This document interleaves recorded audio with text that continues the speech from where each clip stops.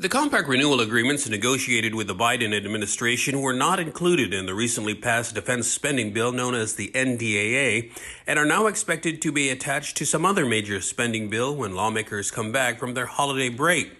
But while the compact nations are expected to get their money, the White House has put a halt to compact impact reimbursement. This was Washington's previous program to directly compensate places like Guam that are impacted by FAS migration. Congressman Jim Moylan's Chief of Staff Bobby Shringy during a recent press conference. But at this point, there's sort of this little, what's that game? What's that, ping pong, right? Where the ball's being hit on both sides. The White House is telling Congress, you find us at $350 million a year. And Congress is saying, no, you identify where the $350 million a year are going to come from. Former Congressman, now chairman of Guam-based Research Institute Pacific Center for Island Security, Dr. Robert Underwood, says they've been keeping tabs on legislation by Hawaii Congressman Ed Case, which instead of direct payments, extends U.S. citizen-type benefits to COFA migrants. But Underwood says it's unclear how Case's Compact Impact Fairness Act, or CIFA, will work, and they could raise another set of concerns. And wouldn't it be ironic that the COFA migrants in Guam will get SSI, but the residents of Guam will not get it? And the same thing for SNAP, food stamps. They'll be able to get them in the Northern Marianas, but the residents of the Northern Marianas are not eligible for SNAP. So there's a lot of messy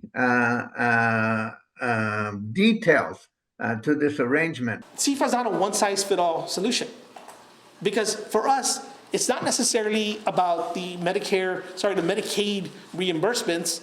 It's really about how is it impacting, will we be getting support for our public safety problems, our Department of Correction problems, our DOE issues. These are factors that need to be brought to the table. The attention has to be done to the COFA agreements in the relationship between all of us in the Micronesian region.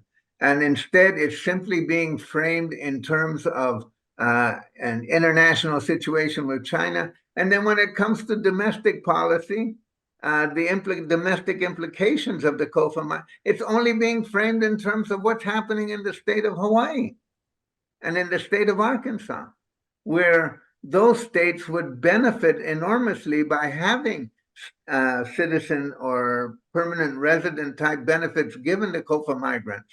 But it does nothing for Guam.